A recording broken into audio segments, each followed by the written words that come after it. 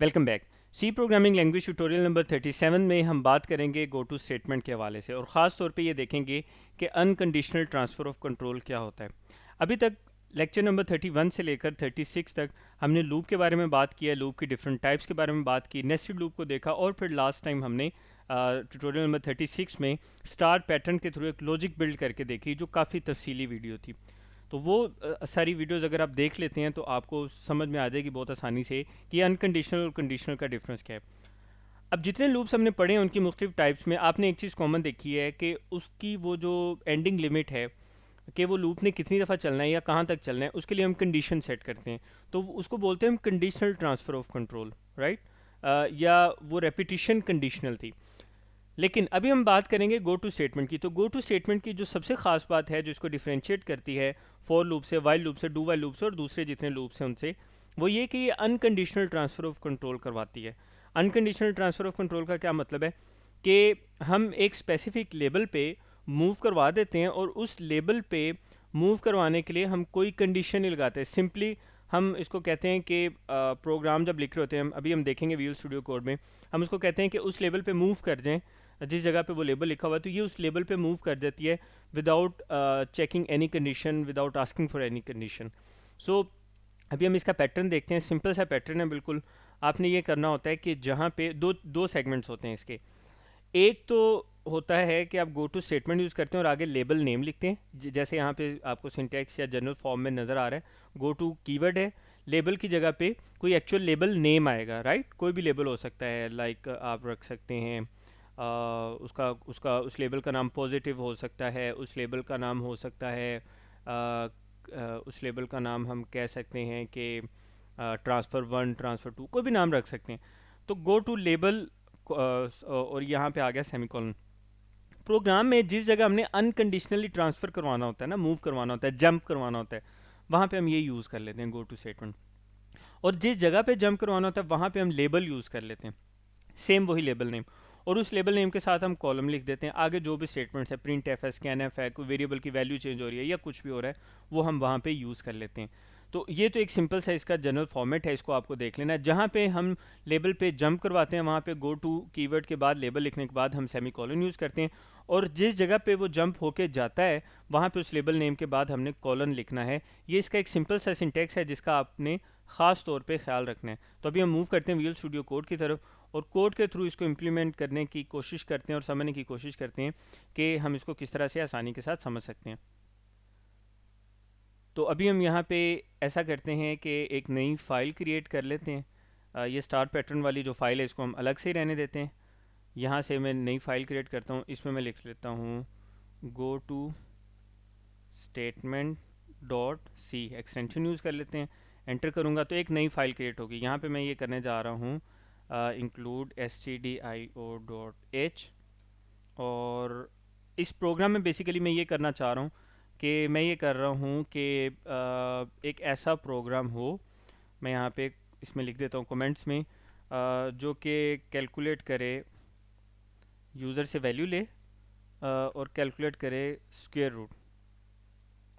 और square root calculate करने के लिए आपको पता है कि हमें उसके लिए पॉजिटिव नंबर रिक्वायर्ड होता है और पॉजिटिव नंबर ले, और वो नंबर जो है वो उसने यूज़र से लेना है, राइट। तो मेनली क्या है, calculate the square root of a positive number. यहाँ पे हम एक और header file, library file include करेंगे, उसके आगे चल के बात करते हैं। तो पहले हम अपना बेसिक स्ट्रक्चर तो ड्रॉ कर लें। सबसे पहले हम मेन फंक्शन लिखेंगे। मेन फंक्शन लिखने के बाद यहाँ पे हम यूज़ करेंगे, यूज़र से हम कहेंगे कि बराए मेहरबानी आप एंटर करें, please enter a positive number. और इसके बाद यहाँ पे नीचे हम यूज़ कर लेते हैं स्कैन एफ। स्कैन एफ में हम ऐसा करते हैं कि अब हमने वो नंबर लेना है ना, तो अब नंबर स्टोर करवाना है यूज़र से लेके, तो अब उसके लिए कोई वेरिएबल भी तो चाहिए होगा ना। तो वेरिएबल हम यहाँ पे डिक्लेयर कर लेते हैं फ्लोट टाइप का। वेरिएबल का नाम हम रख लेते हैं, वेरिएबल का नाम हम रख लेते हैं नम रख सकते हैं, नंबर रख सकते हैं, कुछ भी। सेमी कॉलन यूज़ करते हैं। वैल्यू हम नहीं देंगे, वैल्यू यूज़र से लेंगे। तो यूज़र से हम कहेंगे कोई पॉजिटिव नंबर एंटर करे। यहाँ पे हम फॉर्मेट स्पेसिफायर यूज़ करेंगे फ्लोट के लिए %f और coma separated reference operator use करते हुए ये जो वेरिएबल ऊपर हमने डिक्लेयर किया है इसमें हम वो वैल्यू स्टोर करवा लेंगे जो यूज़र हमें देगा, राइट। तो अभी हम आगे कंटिन्यू करने से पहले मैं इसको सेव करता हूँ। सेव करने के बाद मैं इसको रन करता हूँ। हाँ, तो ये यहाँ पे नंबर मांग रहा है, मैंने इसको नंबर दिया 83, राइट। स्क्रीन क्लियर कर देते हैं। अच्छा, अब मैं इसको सेव कर रहा हूँ, तो ये अब ये नंबर यूज़र से लेके इसको स्टोर करवा देगा। हमने क्या करना है कि इसको रिटर्न करना है, हमने इसको रिटर्न करना है स्क्वायर रूट में वो नंबर, राइट। उसके लिए पता क्या करेंगे हम, उसके लिए हम यूज़ करते हैं दो तीन तरीक़ेकार हैं वैसे उसके।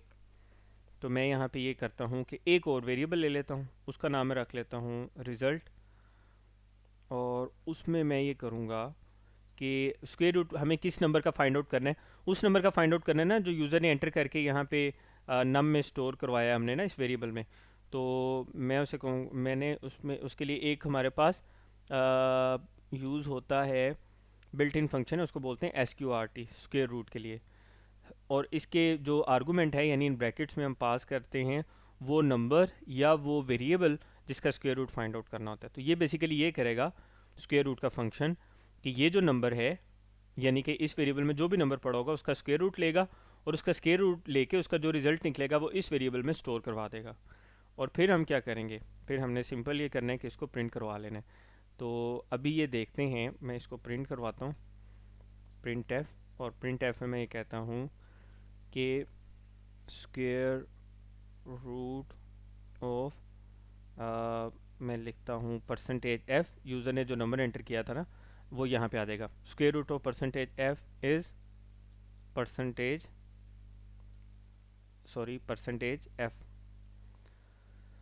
Coma separated. यहाँ पे पहले %f की जगह पे स्क्वायर रूट ऑफ जो यूज़र ने नंबर एंटर किया वो मैं लिखूँगा, वो स्टोर हुआ था नम वेरिएबल में, वो लिख दूँगा। उसके बाद जो यूज़र को हमने रिज़ल्ट शो करवाना है वो किस में पड़ा हुआ है, रिज़ल्ट में, इस वेरिएबल में, तो वो मैं यहाँ पे रिज़ल्ट लिख दूँगा। मैं इसको सेव करूँगा और मैं देखना चाहता हूँ कि भला ये एरर देता है या नहीं देता। तो मैं इसको एग्जीक्यूट करूँगा, तो बहुत अच्छा हुआ, ये एरर आ गया। नहीं एरर, अब देखते हैं क्या आ रहा है। एरर वो कह रहा है कि incompatible implicit declaration of built in function SQRT। क्यों? बिकॉज ये आगे फिर वो थोड़ा सा गाइड भी हमें कर रहा है, नोट इंक्लूड मैथ.h और provide a declaration of SQRT। तो ये जो SQRT बिल्ट इन फंक्शन है, ये फंक्शन आपका इस हेडर फाइल में stdio.h में नहीं पड़ा हुआ। इसके लिए एक और हेडर फाइल यूज़ होती है जिसमें इसकी सारी डिटेल पड़ी है कि SQRT के फंक्शन ने काम कैसे करना है। बड़ी मशहूर हेडर फाइल है math.h की, इसको हम सेव करेंगे। अच्छा, अब हम इसको चला के देखेंगे तो उम्मीद है कि ये मसला नहीं आएगा। ये लें, दोबारा से हम इसको एग्जीक्यूट करते हैं। मैं एक मिनट ज़रा स्क्रीन क्लियर कर लूँ। स्क्रीन क्लियर करने के बाद मैं इसको सेव कर रहा हूँ। अब मैं इसको चलाता हूँ, एग्जीक्यूट किया, पॉजिटिव नंबर एंटर करते हैं, तो स्क्वायर रूट हम एंटर कर लेते हैं 9। मैं कहता हूँ प्लीज़ एंटर अ नंबर, तो मैं 9 एंटर करता हूँ, तो वो कहता है square root of 9 is 3, right. ये .00 आपको पता है, ये हम फॉर्मेट स्पेसिफायर में एडजस्ट कर सकते हैं।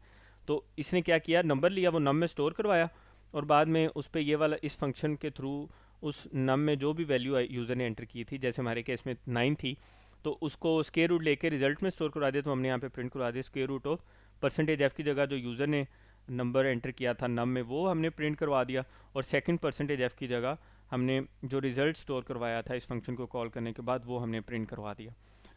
अच्छा, अब यहाँ पे एक चीज़ हमने और देखनी है, वो हमने ये देखना है कि हमने यहाँ पे बाउंड करना है यूज़र को कि आपने सिर्फ पॉजिटिव नंबर यूज़र एंटर करे। अब मिसाल के तौर पे अगर मैं इस प्रोग्राम को दोबारा से एग्जीक्यूट करूँ और मैं यहाँ पे नंबर दूँ -30, सॉरी यहाँ पे आउटपुट स्क्रीन में देखें, मैं इसको नंबर दूँ -34, तो उस पर भी देखें स्क्वायर रूट अजीबो गरीब किस्म का करके दे रहा है, हालांकि इसको करना नहीं चाहिए ना, राइट। हमने इसको बाउंड करना है कि सिर्फ पॉजिटिव नंबर को एक्सेप्ट करे। अब इसके लिए अब मैं यहाँ पे गो टू स्टेटमेंट यूज़ करने जा रहा हूँ। वो मैं कैसे यूज़ करूँगा, मैं ये करूँगा कि यहाँ पे एक लगाऊंगा रिस्ट्रिक्शन, और उस रिस्ट्रिक्शन में हम ये कहेंगे कि यूज़र जब नंबर एंटर कर ले तो हमने उसे कहना है if num is less than 0। इसका मतलब क्या है कि अगर यूज़र ने नेगेटिव नंबर एंटर किया यानी 0 से स्मॉलर वैल्यू, तो तुमने ये करना है, तुमने मूव कर देना है go to input. For example हम ये कहते हैं गो टू इनपुट। अब ये इनपुट जो है ना ये क्या है, वेरिएबल नेम है, ठीक है। असल में होगा ये कि अगर यूज़र ने वैल्यू ज़ीरो से स्मॉलर यानी नेगेटिव वैल्यू एंटर की तो हम उसे कहेंगे, हम उसे दोबारा से कहेंगे कि पॉजिटिव नंबर एंटर करें। तो अब इसके लिए मैं क्या करने जा रहा हूँ कि उसे दोबारा से कहने के लिए ये वाली लाइन चलानी है ना, ये दो लाइन। तो इसके लिए मैं करूँगा कि इनसे पहले मैं यहाँ पे यूज़ कर लूँगा यही सेम जो हमारे पास लेबल है, ये जो मैंने गो टू के बाद लेबल लिखा है, ये सेम लेबल मैं यहाँ पे यूज़ कर लूँगा।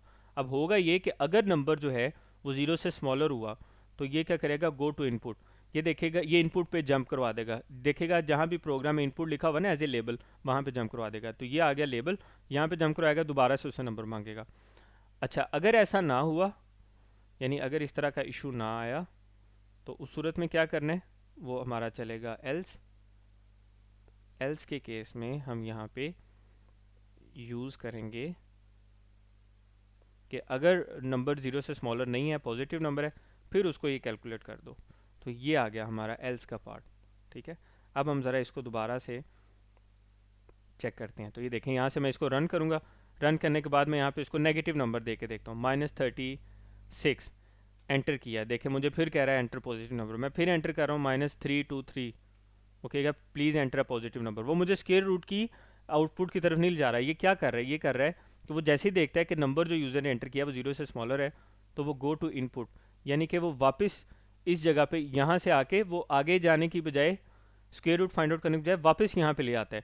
ये है अनकंडीशनल ट्रांसफ़र ऑफ कंट्रोल, यानी कोई कंडीशन नहीं है, सिंपली जहाँ पे गो टू स्टेटमेंट ने कहना है इस लेवल पे चले जाओ, उसने उस लेवल पे चले जाना है, without any condition, without asking any question, right. तो अब देखें, मैं दोबारा अब जब पॉजिटिव नंबर एंटर करूँगा, फॉर एग्जांपल मैं एंटर करूँगा 16, आउटपुट में मैं 16 एंटर करूँगा। अब देखें, अब नहीं मुझे दोबारा कहेगा प्लीज़ एंटर पॉजिटिव नंबर, अब बल्कि मुझे क्या करेगा कि वो देखेगा number is less than zero, no, else part में आएगा और स्क्वायर रूट फाइंड आउट करके देगा कि 16 का जो स्क्वायर है वो 4 है, राइट।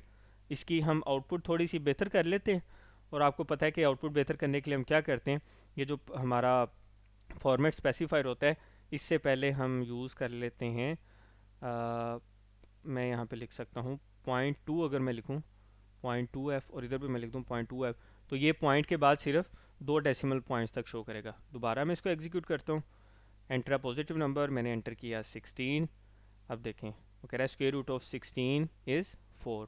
तो इस तरह से हमने गो टू स्टेटमेंट के थ्रू एक चेक भी लगा लिया विदाउट एनी कंडीशन, अपनी मर्जी के मुताबिक हमने उसे एडजस्ट भी कर लिया। तो ये तब तक रेपिटेशन रहेगी जब तक यूज़र पॉजिटिव नंबर एंटर नहीं करेगा। इस तरह के केस में हमें गो टू स्टेटमेंट बहुत ज़्यादा फैसिलिटेट करती है। तो अभी तक, इससे पहले हमने जितनी चीज़ें देखी थी वो कंडीशनल ट्रांसफ़र ऑफ कंट्रोल थी, अभी हमने ये अनकंडीशनल ट्रांसफ़र ऑफ कंट्रोल देखा है। इससे रेलेवेंट कोई क्वेश्चन, कोई क्यूरी हो तो आप नीचे कमेंट सेक्शन में पूछ सकते हैं। इस ट्यूटोरियल में जो कोड इस्तेमाल हुआ है उसका गिटहब पे, जो गिटहब रिपोजिटरी है सी लैंग्वेज की, उसका लिंक आपको इसी वीडियो की डिस्क्रिप्शन में मिल जाएगा। और जिस प्रोग्रामिंग सीरीज़ का, सी प्रोग्रामिंग सीरीज़ की ये वीडियो हिस्सा है, वो आपको इस वीडियो के आखिर में भी वो प्लेलिस्ट मिल जाएगी, और इस वीडियो की डिस्क्रिप्शन में भी आपको उस प्लेलिस्ट का लिंक मिल जाएगा, ताकि अगर आपका कोई प्रीवियस कॉन्सेप्ट क्लियर नहीं है तो आप उसको क्लियर कर रहे हैं। तो मिलते हैं अगली वीडियो में।